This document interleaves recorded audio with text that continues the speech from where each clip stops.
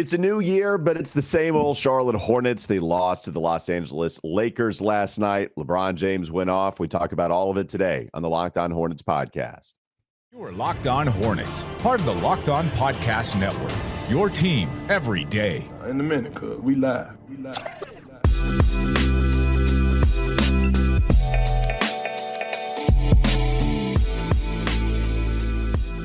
Locked On Hornets, part of the Locked On Podcast Network. It's your team every day. Thanks for making us your first listen. We're free and available anywhere you get your podcast, and that includes YouTube. Today's episode is brought to you by PrizePicks. First-time users can receive a 100% instant deposit match up to $100 with promo code Locked On. That's PrizePicks.com, promo code Locked On. I'm Walker Mail. Find me on WFNZ from 12 to 3. We'll talk about the Hornets and the Panthers, a lot of local topics here in the city of Charlotte.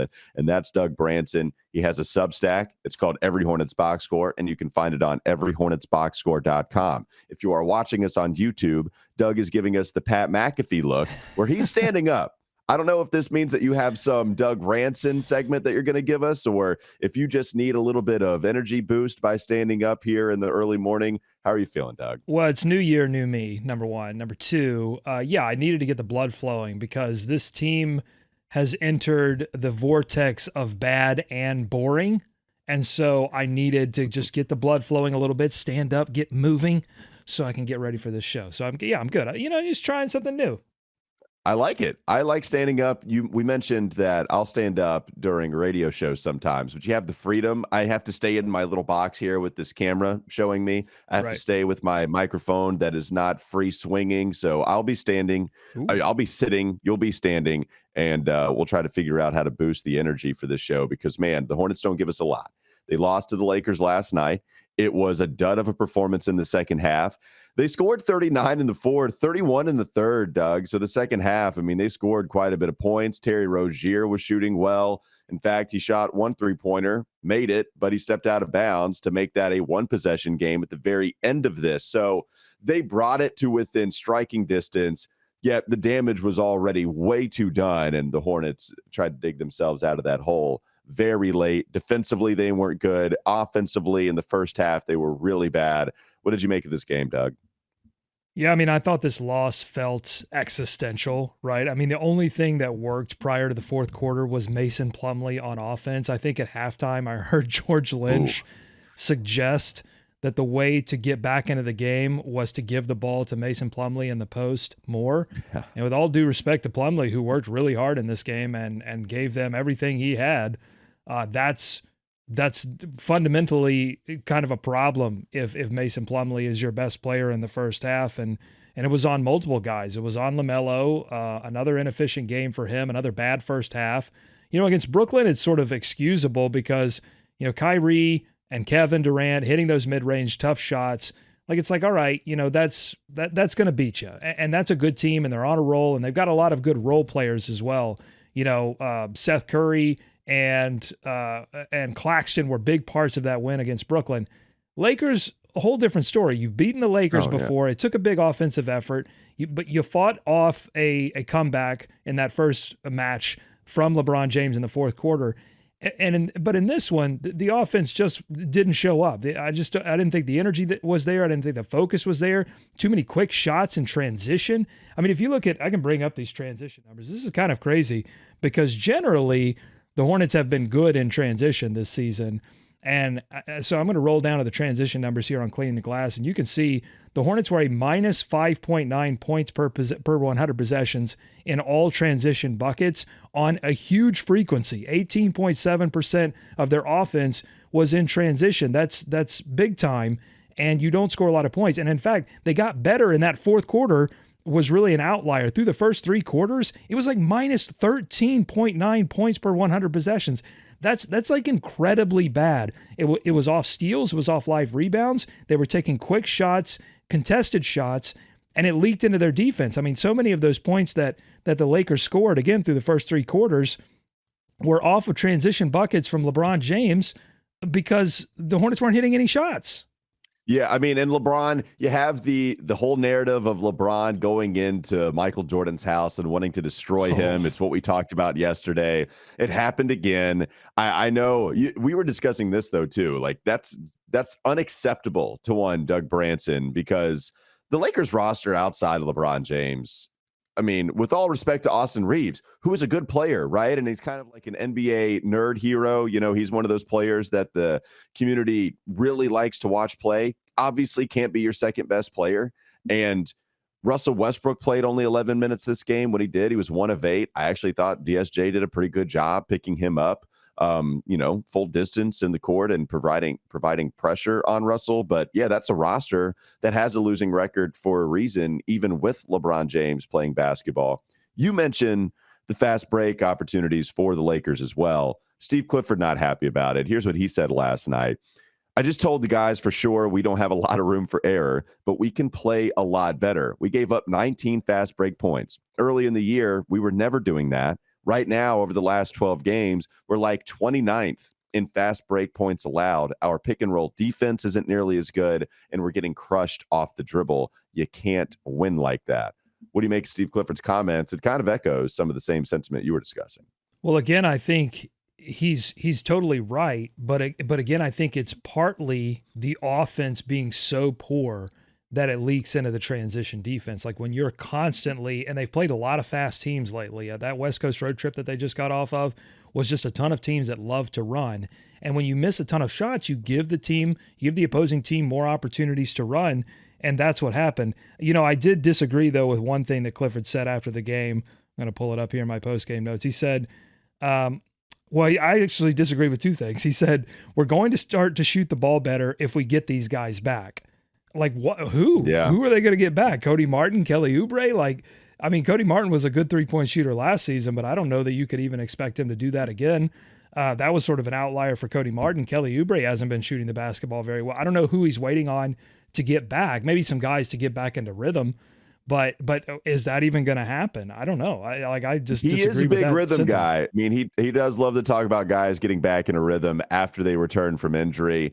But I mean, you're running out of time. We're at the halfway point here. I mean, within the next 3-4 games, the trade deadline is February 9th. So we're going to have those storylines pretty frequently here on Locked On Hornets. And I don't know how the Hornets are going to operate, because you also have Gordon Hayward's injury that happens in this game. We'll get to that later on in the show.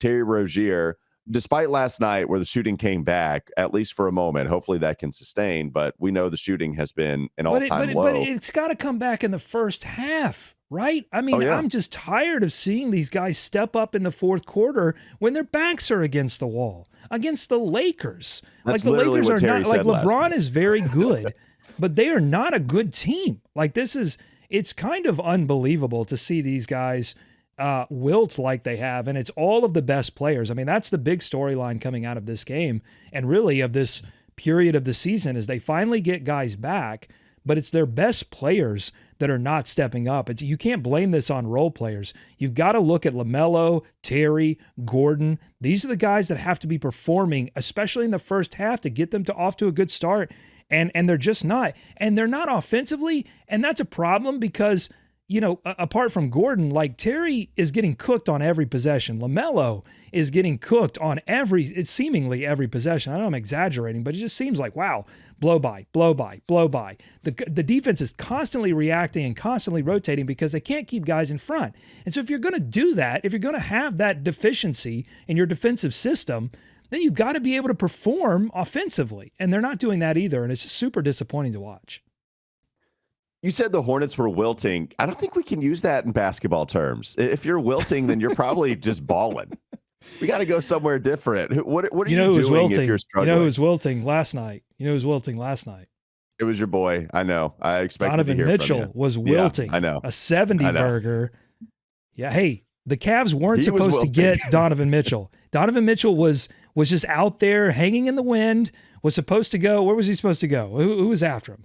You know, well, it was the Knicks, it was the Hornets, and eventually it was the Cavs. It was always the Knicks, but that was going away, and you could feel the sense of like, oh, somebody could go out and grab him, and it ended up being the Cavs. And look, he drops a 70 burger, joins the Wilt Club of 70 plus.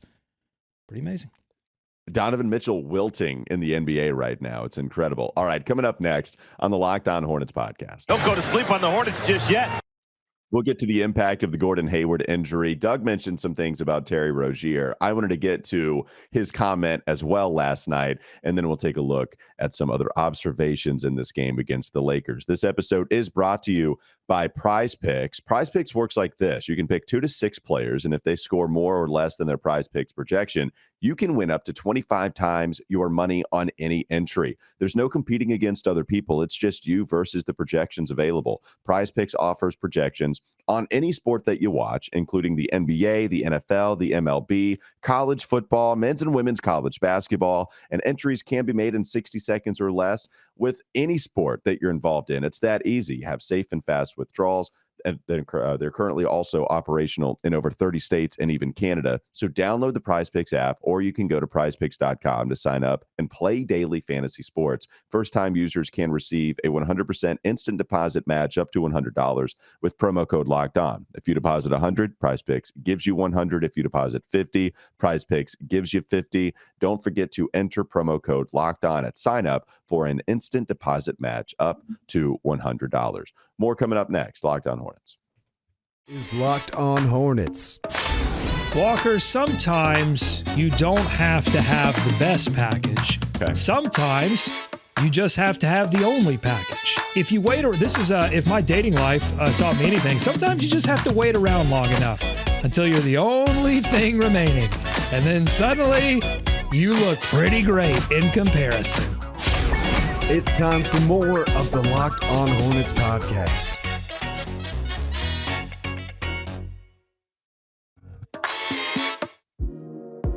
So, Doug, you mentioned Terry Rozier, and he had another comment last night.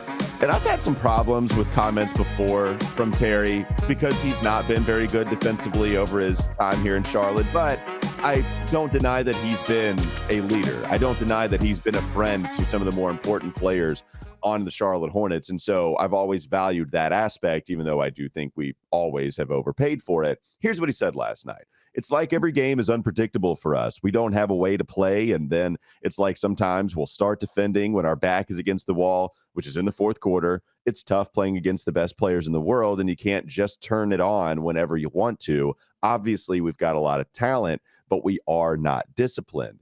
And so this has always been my problem with Terry when he says this, because they're good comments. And I don't want to just completely negate that. If you're a leader and you feel the need to say something like this to give a jump start to your team, that's fantastic. That's great.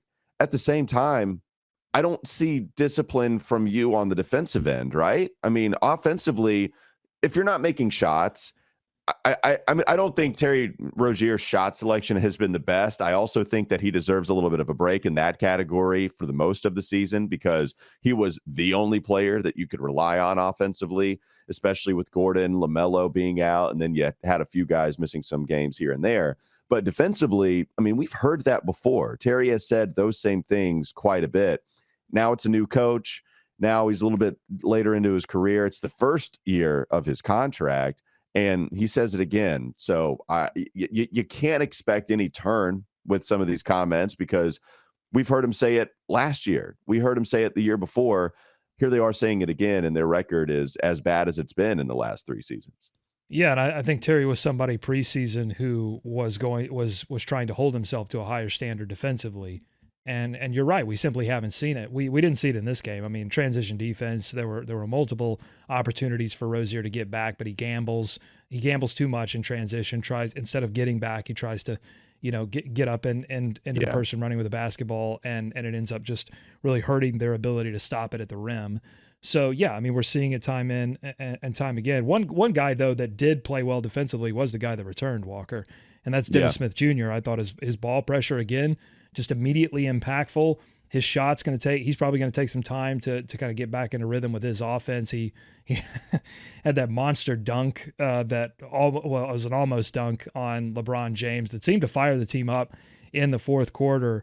But it really was his defense. I mean, as soon as he checked in the first quarter, I think in that last 4-minute period of the first quarter, a quarter where they actually defended well, but that last 4-minute period, once DSJ checked in, the Lakers scored 2 points. They ended up scoring, 22 for the quarter. So, and the Hornets got back into that quarter during that same period. And a lot of it was, again, it was, that play where DSJ, great ball pressure, stays in the guy, doesn't let the guy get to the rim, I think it was forces Westbrook to pass out of it, and Jalen McDaniels gets the steal and the dunk. So, it's just those kind of impact plays on defense, turning defense into easy offense. And I thought that was part of the problem with the offense in general, was that instead of turning defense into offense, they were just trying to push the pace and run with Los Angeles, who likes to run. They were running with them, and then, instead of getting those easy opportunities at the rim, they were just more difficult opportunities at the rim, not wide open shots, contested shots in transition. And that's what killed them. If you look at the bench, so I know you were mentioning it comes down to the stars. It comes down to the better players on this team. No doubt about it. The bench didn't help them offensively. Bad shooting nights all around. Jalen McDaniels, 4 of 10 from the field. Dennis Smith Jr., in 18 minutes played, he took 10 shots, only made 3 of them. 1 of 3 from three-point land. JT Thor, 1 of 3. Mark Williams, 1 of 2. So not a lot of shots for a guy that had been taking about 5 per game and was going to hit. He went perfect from the field against OKC. So I believe that equals out to about 9 and 25 from the field is what the bench unit was. If you look at Dennis Smith, I'm hoping the 3-point shot was starting to trend in the right direction at the beginning of this season for DSJ after not being a good 3-point shooter. It's not anything I'm going to bank on. A weird stat here, though, Doug, is McDaniels was a plus 18 in the plus minus column, and we got a minus 19 from Gordon Hayward, a minus 17 from PJ Washington. Just a big swing when you're talking about one end of the spectrum to the other, and it's not like the bench played very well. You just saw a big plus 18 from Jalen. What are some other maybe box score boogie type numbers that you wanted to look at in this one between the Hornets and the Lakers? Well, you mentioned lineups, and the lineups, obviously the rotation has changed constantly because, it's been one player in, one player out. Gordon Hayward goes out in this one with a hamstring soreness. We'll talk about that later, but that's going to affect the rotation. So it's just like seemingly every game they've got to refigure out what the playing groups are. And they started the second quarter, Walker, with a really delicious lineup on paper. It was LaMelo Ball. It was Dennis Smith Jr., which we've been wanting to see. That's what I've been waiting for. Right? And then Gordon Hayward at the 3, PJ Washington at the 4, and Mark Williams at the 5. I think a lot of fans were salivating. Whatever fans were watching this game, were salivating. Certainly not a lot of Hornets fans in the building, just saying, a lot of purple and gold. Which, by the way, if you are upset at all at the amount of purple and gold that was in the arena that night, blame management. Don't blame Charlotte fans. Blame management for not putting a product on the floor for these many years that would earn any kind of loyalty from the patrons in Charlotte. I'm sorry. Like, what have they done to really instill any kind of loyalty where a fan would say, no, I'm not going to sell my tickets. I'm going to go to the game. Come on. Yeah, I hate legislating fandom. I hate it. Okay, so that was my Doug Ransom. Delicious lineup. Yep, you were talking about a delicious, tasty lineup. Okay, so the lineup comes out in the second quarter and gets absolutely blitzed. 14-0 run by the Lakers. Yeah. And so a lot of and really it's not, I'm not even indicting that lineup. What I'm trying to tell people, and I've been saying it for so many of these shows, is that the injury issues that they sustained in the preseason, this dates back to the preseason when they were missing PJ and Cody and LaMelo. Yeah. They've never been able to get into a rhythm, to get into any kind of playing groups that know how to play with one another. They're just kind of winging it every game, and that's exactly the kind of team that they look like, a team that's going out there and just trying to figure things out night to night with no sort of way they generally come out and play. No, what's the word we always overuse? Identity. Like, this team does not have an identity because they really haven't been allowed to, and this is, every team has injuries, and this is something that Clifford likes to talk about. Every team has injuries. You got to play through them. I got it. But they've been especially damaging to the Charlotte Hornets because they've been major rotation pieces, and this team is not especially deep. So, well, and we've talked about that point before, but it's good to bring up every so often because I always go back to the coaches' luncheon with Steve Clifford, where he talked about, we're going to figure some things out, just, play 5-on-5, and we're going to try to figure out lineups going into preseason. And then you had injuries, And so you never were able to develop chemistry with the guys that you trust most with this team. I mean, Doug, Gordon Hayward has been back for a little while. LaMelo Ball, I mean, now Gordon Hayward's out again, but LaMelo Ball had been back for a little while. It's unbelievable.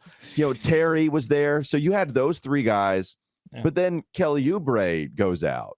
Dennis Smith Jr., who looked like he was going to be a big part of your team at the beginning of the season after being so special defensively, then he bounces. And the big man rotation, Mason Plumlee's always been a mainstay. Nick Richards, Mark Williams now is starting to get those Nick Richards minutes. I mean, DNP-CD for Nick Richards again. The previous game he got 3. The game before that, it was a DNP-CD. So you don't even have any chemistry with any bench big guy. If it's not Mason, then LaMelo's not familiar with him. So, yeah, it's really tough. It's a great point to bring up. The chemistry, absolutely not here with this team right now. All right, let's take one more break. We'll come back. Last segment coming up next on the Locked On Hornets podcast. Don't go to sleep on the Hornets just yet. I just kind of stumbled into it. Yes, Gordon Hayward, he did get injured again last night. We'll discuss the impact on the team and maybe finish up with a couple of other observations in the box score. This episode is brought to you by BetOnline. BetOnline.net is your number one source for sports betting info, stats, news, and analysis. You can get the latest odds and trends for every professional and amateur league out there, from pro football to college bowl season to basketball and the World Cup, which has already happened, but they've got you already set on BetOnline.net. Any sport that you want to go in on. If you love sports podcasts, you can even find those on BetOnline as well. They're always the fastest and the easiest way to get your betting info. Head to the website today or use your mobile device to learn more. BetOnline, where the game starts. Last segment coming up next. Locked On Hornets is Locked On Hornets. They're running their rookies to Greensboro. They're driving them to Greensboro and then driving them back the same day to play in an NBA game. I cannot wait until the Hornets load manage. It's time for more of the Locked On Hornets podcast.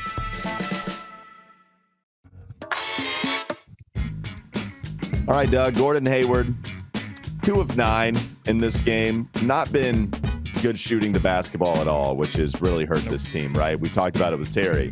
Someone that is a good shooter, and it being a downright weakness for this squad, flipping into a 180, especially with Gordon Hayward doing the same thing. So 2 of the guys that you are supposed to rely on most, that has really hurt the Charlotte Hornets team. But Gordon Hayward leaves in the fourth quarter with left hamstring soreness. He would not return. Terry Rozier said, it's the name of our season. We've just got to make the best of it. It's just tough seeing your brother that works hard every day. It's tough seeing him go down, and obviously it puts pressure on our team, but we can't mess around with injuries. You've just got to hope for the best, and we'll be okay. We'll figure it out.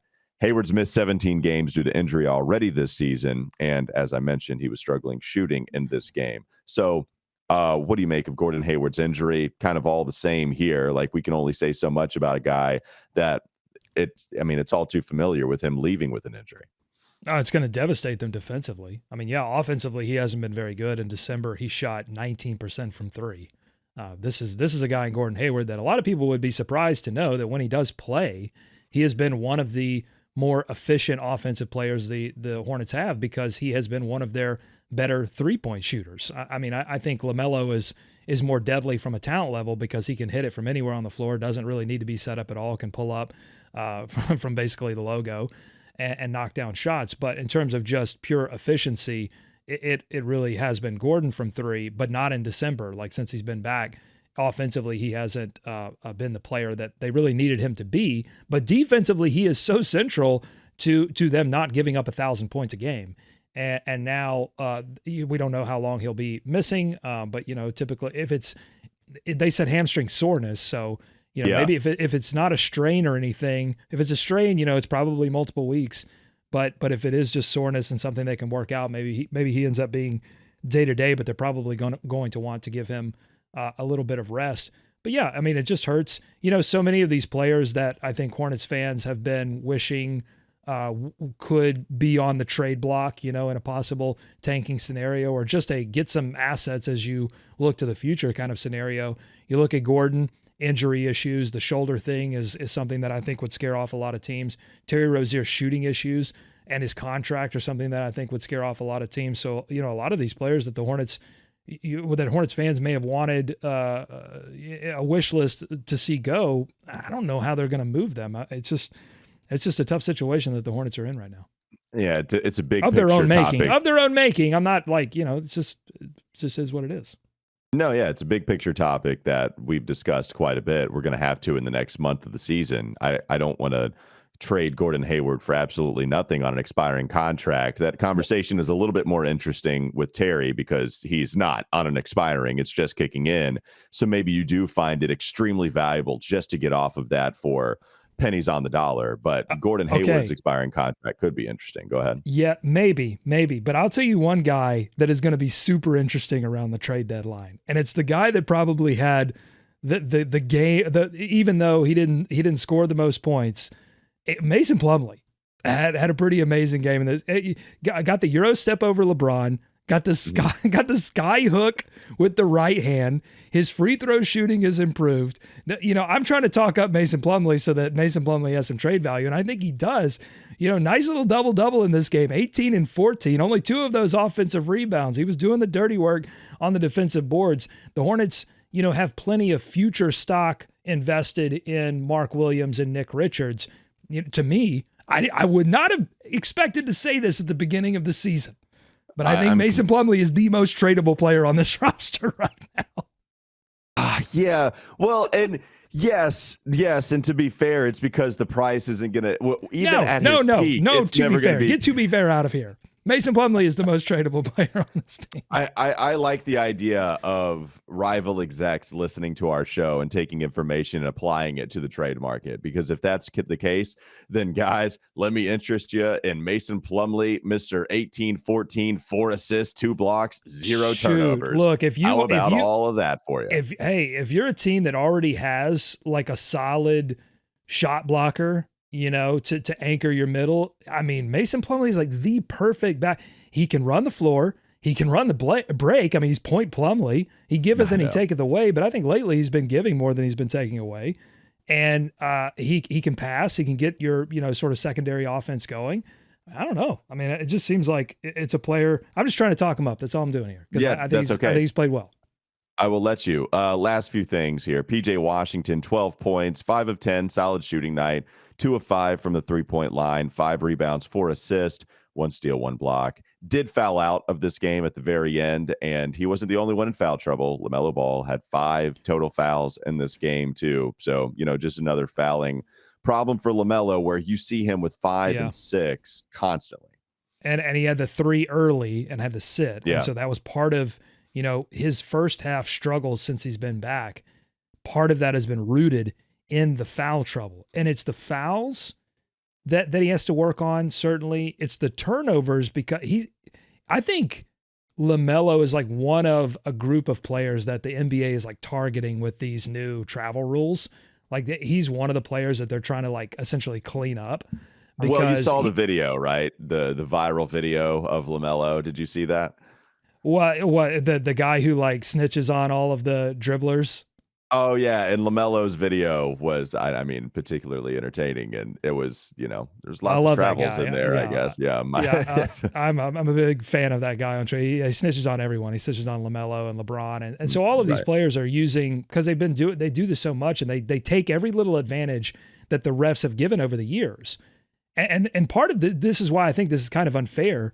Is that they didn't give them an offseason to like say, hey, we're going to really clamp down on this, so you should work on this in the offseason. And that's why we've seen so many of these kind of travel calls, because these players are having to adjust on the fly. They're doing these things they do it 1,000 times a year. So then it's like, oh, now I have to completely stop doing something the way I've been doing it for many years. And that's been, I think it's been difficult for him to adjust to. He had 2 travel calls in this game, 5 turnovers overall.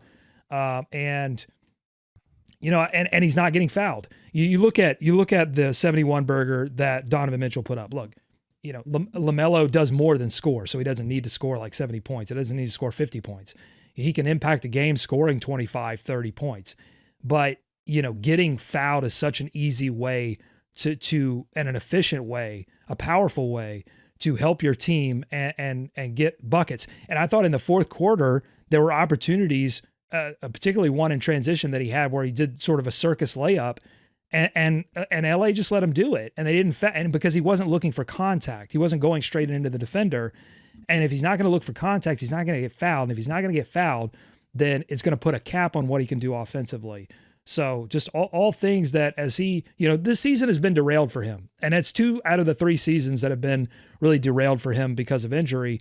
And we're going to have to wait for another season when he gets a whole training camp and preseason and off season to really figure some things out to make a judgment call about where his ceiling is.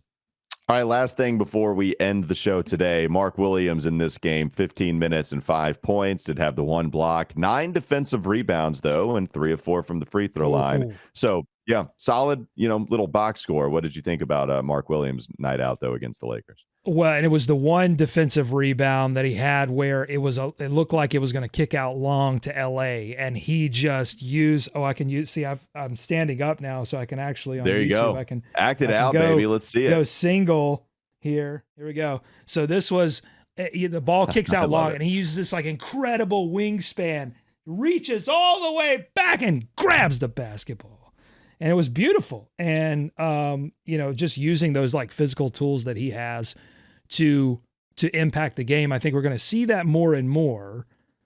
There were moments in this game, the other great play from Mark, the other great sequence was when he defended LeBron James out on the perimeter. And LeBron just thought he could get a step back 3 on Mark. He probably should have driven, because I think that's where LeBron would have had the advantage against Mark, is if you drive on him. But instead but Mark, to his credit, good footwork, was ready to defend that drive if it did happen. But instead, step back 3, Mark contested. And then on the other end of the floor, cross match, I'm not sure who he was matched up on, but it was somebody way smaller. He seals it off. Or maybe it was LeBron that he was matched up on, but he sealed it off perfectly in transition, caught the basketball, and then picks up the foul. And I think they called it on Westbrook or Schroeder, but it was definitely on LeBron. LeBron went over to the refs and was like, "Hey, that wasn't on me." And the refs were like, "Okay, buddy, don't worry about it." Anyway, the Mark Williams possession perimeter on LeBron. I mean, I'll take a LeBron fadeaway 3 after he tries to size him up. He's 0-5. I mean, he didn't hit it. That's crazy. 43 points, doesn't hit a 3. I mean, what he's doing at his age, everybody's saying it, so this is nothing like novel. But I just have to mention what he's doing at his age, and I mean, it's Brady level. It's crazy what these guys are doing. And doing it in transition, running the break as much as he did at his age is just something that's unprecedented. It's difficult to guard, and he was amazing. But saying all that, they could have won this game, and that's why it's so disappointing. And what was I gonna say? Oh, LeBron James alley-oop was crazy in transition. That was a nuts play, and actually, to finish it off here. Praising Mark Williams and LeBron. Mark Williams did a great job of coming over across the paint, contesting a LeBron James shot. I don't know how LeBron hit it. I don't know how he got it over Mark Williams, but did a great job of coming across the paint to defend a shot from LeBron at the rim. And, LeBron finished because that's what he does. Well, right, if LeBron, listen. If LeBron, I'm listening. You're not going to convince me that LeBron didn't come into MJ's house and just want to destroy the Hornets single-handedly. I mean, I just think and he can deny it all he wants to, but he wanted to get one on MJ, and he did. But if he really wants to be the greatest of all time, all he has to do is one thing, Walker. He just has to come to the Charlotte Hornets. They can't trade for him this season. Oh, but, I like this. He could just come to the Charlotte Hornets and win a championship, something that MJ has never been able to do without LeBron. But if LeBron comes to MJ's team and wins the championship for MJ, I mean, he's going to be that LeBron James. You're doing something that nobody could think anybody could do, which is win a championship, get to the finals with the Charlotte Hornets. That'd be quite a story. Oh, okay, especially and then do you have to call him the GOAT? And then do we have to save this in the NBA history books? As usually happens, the commissioner gives the NBA championship trophy to the owner, and then the owner usually hands it off to the best player or the coach. Maybe they would give it. Maybe they would hand the trophy off to the coach, but not with LeBron on the team, right? Can you imagine? To you, Michael, to LeBron. Michael giving a championship to LeBron, handing it to LeBron. It would be one of those situations here. I'll cut single real quick. I know we're going over time. Oh, yeah, please. Can you act it out? It would be one of those situations where you it's sort of what happens in, what was it like giving someone like a check, and you can't let go of the check. That would be Michael. He would give the trophy. Handing over money in any sitcom. Yes, absolutely. Yeah. All right. That's the trophy. Michael wants it, and he doesn't want to give it up to LeBron. All right, that'll do it for Locked On Hornets. Thanks for making us your first listen. That was my energy. That was my energy. Yes, it was. It was great. No, I loved it. I like single camera acting it out. That's your theater major coming into work big time there. Check out every moment, every top performance, every result with Locked On Game to Game. They cover every game from across the NBA with local analysis that only Locked On can deliver. Follow Game to Game on Locked On NBA, available on the Odyssey app, YouTube, and wherever you get your podcasts. Have a great rest of your day. We'll be back with you tomorrow.